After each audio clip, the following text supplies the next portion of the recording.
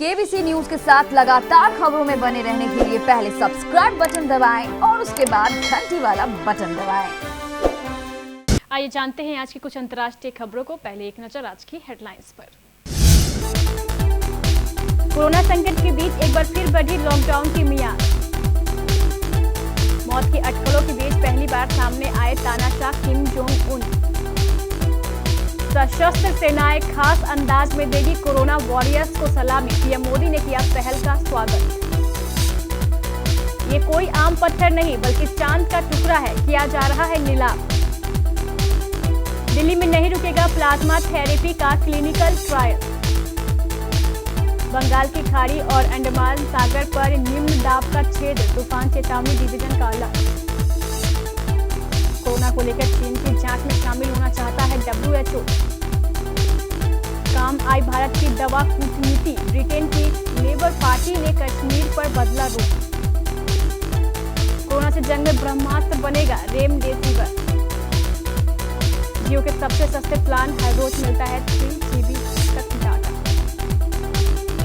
ऋषि कपूर को अपना बेटा मानते थे धर्मेंद्र, निधन की खबर सुनकर आए सदमे। अस्पताल से लीक हो गया था ऋषि कपूर के आखिरी पलों का वीडियो, अब हॉस्पिटल करेगा जांच। और मेहनत से दूर भाग रहे हार्दिक पांड्या, कपिल देव के वो आसपास भी नहीं है। कोरोना संकट के बीच केंद्र सरकार ने शुक्रवार को रियायतों के साथ अगले 2 हफ्ते के लिए लॉकडाउन की अवधि बढ़ाने की घोषणा की। तीसरा चरण 17 मई तक लागू रहेगा। ग्रीन जोन को राहत देते हुए ज्यादातर गतिविधियां शुरू करने को कहा गया है। ऑरेंज और रेड जोन में भी छूट का दायरा बढ़ा है। प्रधानमंत्री की अगुवाई में 2 दिनों से चल रहे मंथन के बाद लॉकडाउन बढ़ाने का फैसला किया गया है। आर्थिक गतिविधियों की जरूरत को देखते हुए छूट का ऐलान भी किया गया है। उत्तर कोरिया के तानाशाह किम जोंग उन अपनी मौत की अटकलों के बीच शुक्रवार को लोगों के बीच नजर आए। स्थानीय मीडिया की रिपोर्ट के मुताबिक किम ने राजधानी प्योंगयांग के पास सुचोन में एक फर्टिलाइजर कंपनी का उद्घाटन किया। पिछले 1 महीने से उनके स्वास्थ्य और मौत को लेकर कई तरह की अटकलों का दौर तेज था, लेकिन करीब 3 हफ्ते बाद उन्हें फिर से जनता के बीच देखा गया। प्रधानमंत्री नरेंद्र मोदी ने chief of defence staff general Bipin Rawat की उस घोषणा का स्वागत किया है जिसमें उन्होंने कहा है कि 3 मई को भारत की तीनों सशस्त्र सेनाएं खास अंदाज में कोरोना वॉरियर्स को सलामी देगी। इन कोरोना वॉरियर्स में डॉक्टर, मेडिकल स्टाफ, सफाई कर्मचारी, पुलिसकर्मी, होमगार्ड और मीडिया कर्मी शामिल हैं। चांद के इस टुकड़े को अब तक धरती पर मिला चंद्रमा का 5वां सबसे बड़ा टुकड़ा माना जाता है। चांद के इस टुकड़े का वजन 13.5 किलोग्राम और कीमत है 24.9 लाख डॉलर। ब्रिटेन की नीलामी कंपनी ऑक्शन हाउस क्रिटिक इसकी बिक्री कर रहा है। माना जाता है कि चंद्रमा का ये टुकड़ा एक धूमकेतु के साथ टकराने के बाद टूटा और सहारा के रेगिस्तान पर आ गिरा। मुख्यमंत्री अरविंद केजरीवाल ने शुक्रवार को कहा है कि दिल्ली सरकार गंभीर रूप से बीमार कोविड-19 मरीजों के इलाज के लिए प्लाज्मा थेरेपी के क्लिनिक्स ट्रायल को नहीं रोकेगी क्योंकि उसके शुरुआती नतीजे अच्छे हैं। इस घोषणा से कुछ दिनों पहले केंद्र ने कहा था कि कोरोना वायरस मरीजों के इलाज के लिए प्लाज्मा थेरेपी प्रायोगिक चरण में है और इससे जीवन के लिए घातक जटिलताएं पैदा होने की आशंका है। अंडमान सागर और उससे सटी दक्षिण पूर्वी बंगाल की खाड़ी के ऊपर शुक्रवार को सुबह निम्न दाब का क्षेत्र निर्मित हो गया। भारत मौसम विभाग के तूफान चेतावनी डिवीजन ने यह जानकारी दी है। मौसम विभाग ने कहा है कि इसकी सक्रियता न्यून रहने का अनुमान है और 5 मई तक यह धीरे धीरे उत्तर पश्चिम की ओर बढ़ सकता है। विश्व स्वास्थ्य संगठन WHO ने कहा है कि वो कोरोना वायरस को लेकर चल रही चीन की जांच में शामिल होना चाहता है। संगठन की तरफ से कहा गया है कि वो उस जांच का हिस्सा बनना चाहता है जो इस बात का पता लगा रही है कि चीन में कोरोना का संक्रमण कैसे फैला। चीन ने इस मामले की जांच शुरू कर दी है। कोरोना संक्रमण के दौर में भारत द्वारा दुनिया को हाइड्रोक्सीक्लोरोक्विन दवा देना कारगर साबित हुआ है। ब्रिटेन में सत्ताधारी कंजर्वेटिव पार्टी कश्मीर मसले पर भारत के साथ रही है, लेकिन विपक्षी लेबर पार्टी ने इस मुद्दे पर पाक का साथ दिया है। अब दवा कूटनीति के बाद विपक्षी लेबर पार्टी ने नवनियुक्त नेता कीर स्टारमर ने कहा है कि वे कश्मीर या भारत के किसी भी संवैधानिक मसले में दखल नहीं देंगे।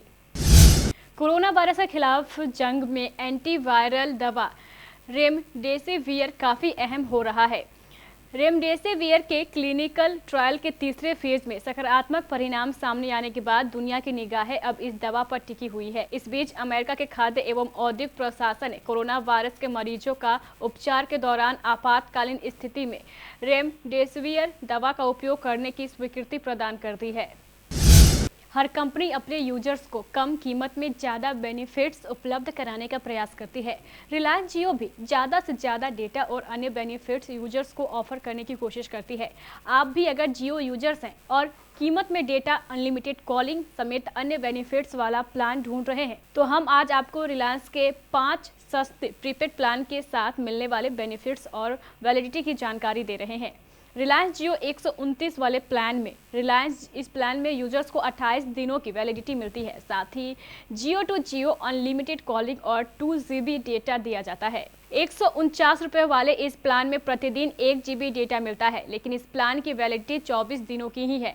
ऐसे में यह प्लान कुल 24 GB डेटा किसी भी नेटवर्क पर कॉलिंग के लिए 300 मिनट्स और जियो टू जियो अनलिमिटेड कॉलिंग के साथ आता है। जियो के हर दिन 1.5 GB डेटा वाले प्लान में अन्य नेटवर्क पर कॉलिंग के लिए 1000 मिनट्स, हर दिन 100 SMS और जियो टू जियो अनलिमिटेड कॉलिंग की सुविधा दी जाती है। इस प्लान की वैलिडिटी 28 दिनों की है, जबकि इसमें आपको 199 रुपये खर्च करने पड़ते हैं। 249 रुपये वाले रिलायंस जियो के इस प्लान में आपको हर दिन 2 GB डेटा मिलेगा। इसके अलावा अन्य नेटवर्क पर कॉलिंग के लिए 1000 मिनट्स, प्रतिदिन 100 SMS और जियो टू जियो अनलिमिटेड कॉलिंग की सुविधा भी मिलती है। 349 रुपये का प्लान। रिलायंस जियो के 349 रुपये वाले प्लान में यूजर्स को 28 दिनों की वैलिडिटी के साथ हर रोज 3 GB डेटा की सुविधा मिलती है। इसका मतलब यह है कि प्लान कुल 84 GB डेटा के साथ आता है। इस प्लान के साथ जियो टू जियो अनलिमिटेड कॉलिंग मिलती है। बॉलीवुड के दिग्गज अभिनेता ऋषि कपूर के निधन की खबर को सुनकर हर कोई सदमे में है। बीते बुधवार तबीयत खराब होने के बाद ऋषि कपूर को मुंबई के एक अस्पताल में भर्ती कराया गया था, जहां अगले ही दिन 30 अप्रैल को उनका देहांत हो गया। फिल्म हस्तियां लगातार उन्हें याद कर सोशल मीडिया पर श्रद्धांजलि दे रही है।